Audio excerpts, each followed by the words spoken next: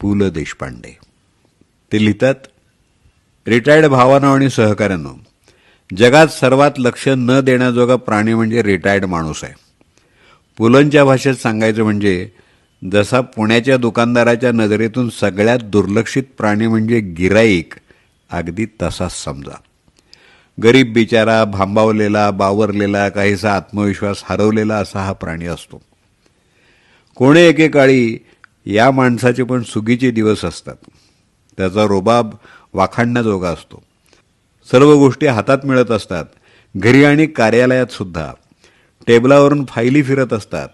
मोठ्या मोठ्या करारांवर सह्या होत असतात. नुसती बेल वाजवली ना तरी 3-3 शिपाई धावत येत असतात.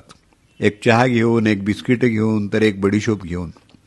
आ हा हा, काय त्या शिपायाच्या चेहऱ्यावर भाव असतो. साहेब हे फक्त आपल्यासाठीच.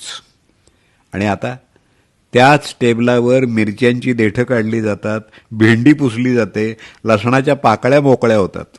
अरे अरे अरे अरे, किती हा विरोधाभास. रिटायर्ड माणसाला कुठेही डोकं चालवायला किंवा मध्ये घालायला बंदी असते. कधीकधी तर मला असं वाटतं की रिटायर्ड माणूस त्याचं डोकं फक्त उशीवर टेकवायलाच वापरत असावा. बिचारा. कुणी समदुःखी माणूस त्याला घरी भेटायला आलाच तर हिंदी चित्रपटात जसा यात्रेत हरवलेला भाऊ भेटल्यावर नायकाला आनंद होतो, अगदी तसाच किंबहुना त्याहून जास्त आनंद रिटायर्ड माणसाला होतो. पण त्याचं बोलणं किचनचा सीसी कॅमेरा टिपत असतो हे त्याच्या ध्यानीही नसतं. आपल्या सुगीच्या दिवसात हा माणूस कट्ट्यावर मित्रांसमवेत हास्यविनोद करत असतो. मधून मधून नेत्र व्यायामही सुरू असतो. पण आता तोच बिचारा मंदिराच्या कट्ट्यावर किंवा वाचनालयाच्या ओट्यावर विसावलेला असतो. ज्या चौपाटीवर सणसणीत भेळ, रगडा, बर्फाचा गोळा खाताना नजर भिरभिरती ठेवलेली असते आणि गारगार वारा अंगावर घेत रिटायर्ड लाईफ नंतरच्या आयुष्याची स्वप्न रंगवलेली असतात, तिथंच आता चटई टाकून योगा करायची वेळ आलेली असते. दिवसभरात टोमणे ऐकावे लागतात. ते शेजारचे बघा, या वयातही किती फिट आणि धीट आहेत, नाहीतर तुम्ही नुसते भित्रे काळवीट वगैरे वगैरे. अरे काय आहे काय हे. एक नवीन माहिती मला नुकतीच कळली आहे, ती तुम्हाला सांगतो. या रिटायर्ड माणसांचा उल्लेख पुराणात म्हणजे महाभारतात सुद्धा आलाय. चक्रावलात ना, मग ऐकाच. समोर सागराप्रमाणे पसरलेला विशाल सैन्याचा समूह, त्यातले स्नेही आप्तेष्ट बघून अर्जुन जेव्हा युद्ध करायला नकार देतो तेव्हा भगवान कृष्ण अर्जुनाला म्हणतात, अर्जुना, असा रिटायर्ड माणसासारखा हताश आणि निराश होऊ नकोस. उठ आणि लढायला सज्ज हो. पुढं कालांतरानं रिटायर्ड हा शब्द गीतेतून वगळण्यात आला. कारण काय, तर भविष्यात रिटायर्ड लोकांच्या भावना दुखावू नयेत म्हणून. बघा मित्र, त्या काळात सुद्धा यांच्या भावनांची कदर केली जात होती. आणि आता त्या भावना सुकलेल्या पालापाचोळ्याप्रमाणे पायदळीत उडवल्या जात आहेत. अरे अरे अरे अरे. सरते शेवटी भगवंतानं रिटायर्ड लोकांना हताश न होण्याचा मार्ग सुचवला.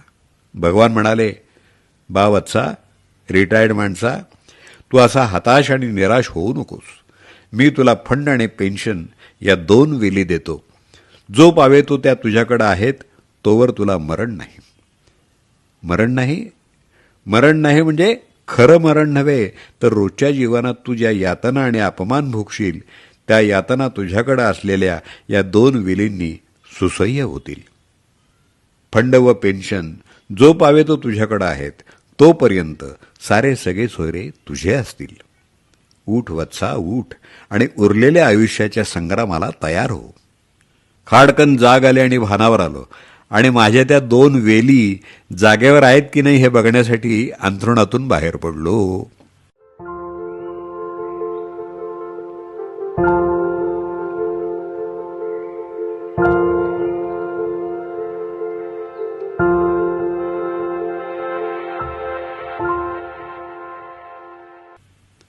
माझ्या सर्व सेवानिवृत्त म्हणजे रिटायर झालेल्या आणि होऊ घातलेल्या मित्रांना ही पोस्ट समर्पित. श्रोते हो, यात विनोद आहे, पण त्यात चुकीचंही नाही. ही वास्तविकता आहे. ही पोस्ट आपल्याला कशी वाटली हे मला जरूर कळवा. मी दत्ता सरदेशमुख. माझा व्हॉट्सअप नंबर 8329730186.